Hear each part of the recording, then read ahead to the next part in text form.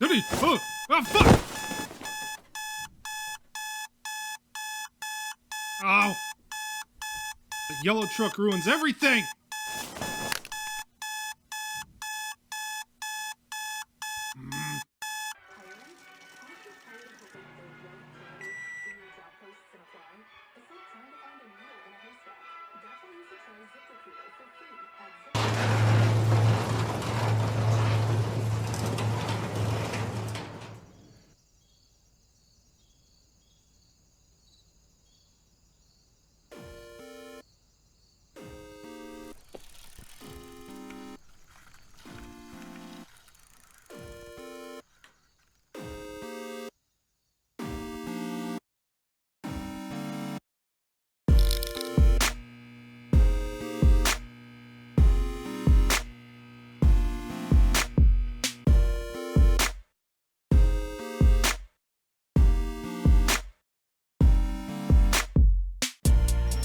I want you to close your eyes.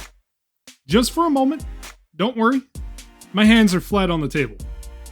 Go back to your childhood, at a time you went out to an arcade. Maybe it's your birthday. Maybe you're celebrating moving into middle school. Or maybe you're not a loser like me, and you got free will. Take your bike and run to the local drugstore with a Fast and Furious cabinet and a pinball machine. Take in the sounds, the sight, the smell. The retro carpet on the floor, the flashing lights, the smell of warehouse prizes and greasy food. Now, open your eyes. You may notice, well, that your wallet is missing, but more importantly, that this is sort of what you had in mind. Sure, it might not be exactly the same, but it comes pretty damn close. This is Coin Game, or The Coin Game. After countless hours playing, I'm not sure which one's the right title. It's a small indie title with the goal of recreating that nostalgic, retro, steal the quarters out of your dad's ashtray and shove them into the coin pusher feeling. It was developed by Devoted Media, a one-man wrecking crew developer who goes by the name of Kevin. Coming from the great, wonderful state of Michigan, Kevin... Wait, which one's Kevin? Develops games as sort of a hobby, alongside tinkering in automotive and RCs. So it's not too surprising to find out that some of his last works are related to those things. He's the owner and developer of RC Simulation, released in 2018, which holds mixed reviews, and D-Series Off-Road Driving Simulation, released in 2015, and the reviews aren't so great on that one either. I haven't played either of these two games, so I can't speak for whether those reviews fit or not. There are a few other games that are not on Steam, such as Com Lathe Pro Simulation, I hope I'm saying that right, which is a sim fixing and tuning old brushed RC motors. I don't know, it's cool, but it's one heck of a niche. But then there's also Shoot Stuff, which sounds a little bit more my speed. What's interesting to note is that Shoot Stuff features carny-like games such as the Star Shooting Gallery. I don't know when this came out, but it does seem like the beginning of the game we've got today. On February 22nd, 2019, Devoted would release the Coin Game into early access on Steam. The response from players was great on the get-go. To this day, the game still holds an overwhelmingly positive review rating, which is a massive boost from the last games, all developed by the same guy, Kevin. I still don't know which one's Kevin. So what is it that makes Coin Games so good? To me, it's the atmosphere. It's nostalgic, getting a chance to play some of the games that robbed me as a young prepubescent boy. Sure, the entire population of the island has been replaced by the weird egg robots from Watch Dogs 2. And sure, the island you live on is inescapable, seeing as there's a perfectly convenient wreck being guarded by the National Guard at both entrances. But who cares? I've got 3 Dunko machines to hold me over. Coin Game takes place on the small island village of Islandville. You play as either of these 2 malnourished characters, who are obviously way too old to be living with the robotic grandma. Then again, she has a pet goose, so maybe it's more of a situation that she's staying with you. There are 2 game modes to choose from. First, Birthday Mode, which is essentially just a sandbox with infinite money, teleportation. How do you drive out of here, though? And the freedom to play whatever game you want and ride whatever ride you so choose. On the other end of the spectrum is Survival Mode. The goal is realistically the same as Birthday Mode, but now you're responsible for your energy, health, and you have to fund your own money. You'll also need to watch the time as you have a curfew. Care for your pet goose, Gary, and your pet fish, who I don't think have names. The teleporting limo in birthday mode is not available in survival mode, obviously. Instead, you get this sweet, very cool, and not at all buggy mountain bike in 5th grade. Oh no, not again! Fuck! Alternatively, since the map is small, you could just walk everywhere or ride the bus. Give me that. It's one time. No! Whoa, this is not right!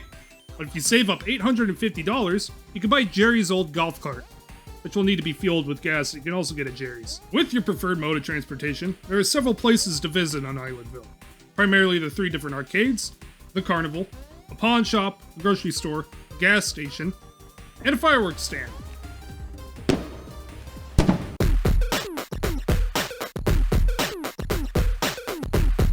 Larry's Arcade is a smaller arcade featuring an event room complete with animatronic rock bands. It's located on the main road, not far from the player's house.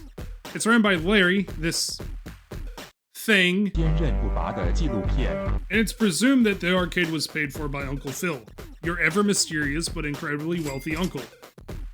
You know the one that's actually allowed over for Thanksgiving. It has just a handful of games to play, but it has Dunko, which is all I care about at the least. There's also a staircase around back leading to the roof where you can find loot, similar to the in-game grocery store.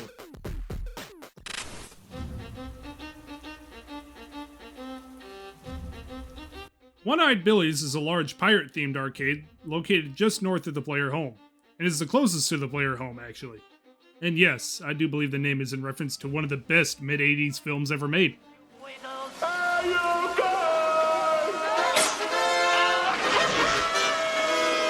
Here, you can get more than just arcade games. Billy's has 2 shooting galleries.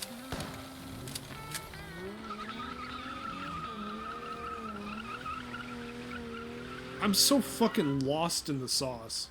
Mini golf. In this game where you control RC pirate ships collecting ring buoys. Now I'm gonna be completely blunt. The mini golf kinda sucks. What the f- Now I know I try to keep my opinion out of things, but it needs some work. No offense to Kevin, but it's a boring course. Everything else, however, just works. The 80s bowling alley carpet, the indoor pond, the poor indoor lighting, and neon. Neon everywhere. Even the overpriced and overcooked wood-fired pizza.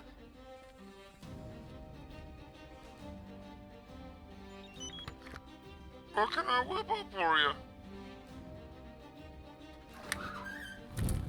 One grease bucket coming your way. It's just authentic.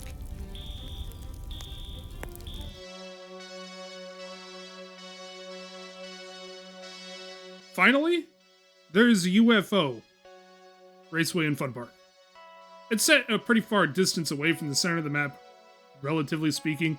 It's a neat little arcade, also featuring an indoor go-kart track and laser tag. The laser tag is a bit awkward. Your crosshairs that you're used to isn't where the laser actually lands. You need to hit your opponent in the vest like the real thing. It's realistic, but it takes some getting used to. The go-kart racing, however... What I just said. Let's get in the go-kart.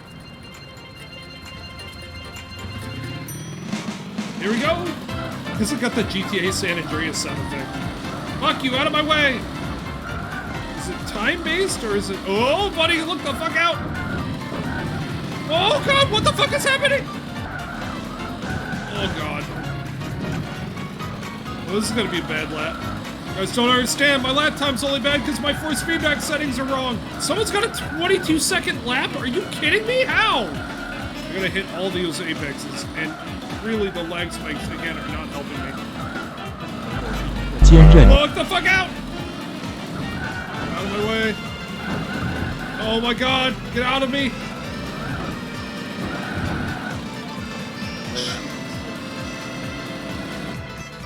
You finished 3rd place. Oh yay. Yeah, I could use a little bit of fine-tuning.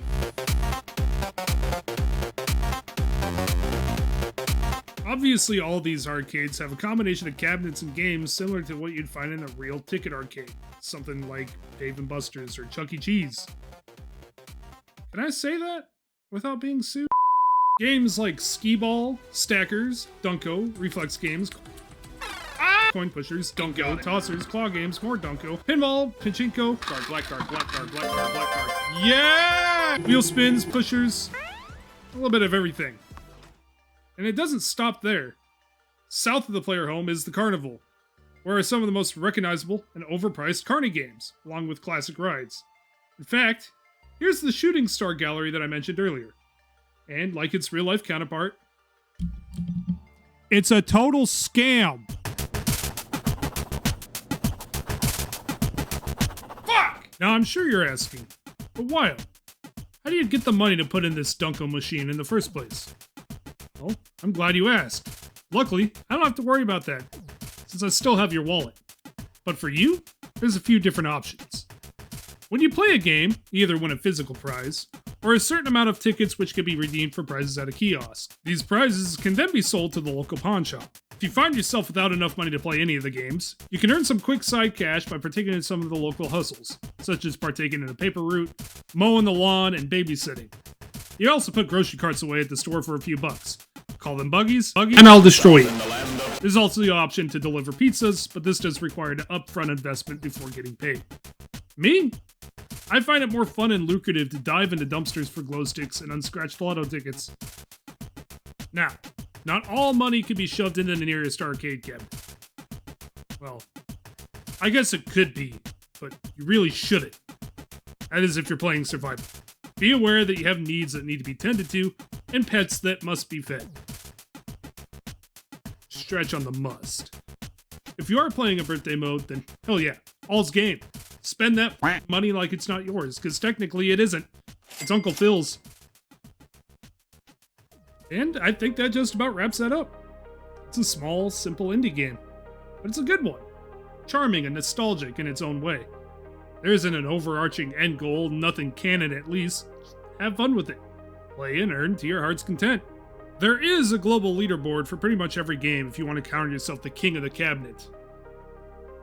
Or hell, take over all of them.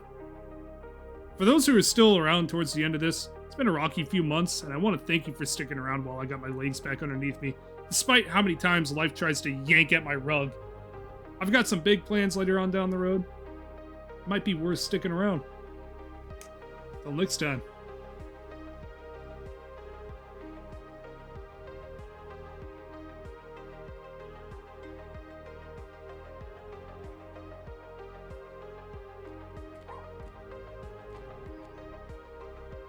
Chase after it? Look at his fucking running! What the fuck? Just kind of strange, but... fucking... Holy... I don't think I'm getting that bike back. It's mine! It's mine! No, that's mine! Give that back! Give it back! Oh, man overboard! Oh. Man overboard! We've done it! We've played the entirety of Coin Game. As far as I'm aware. I think we've got more than enough footage for a video.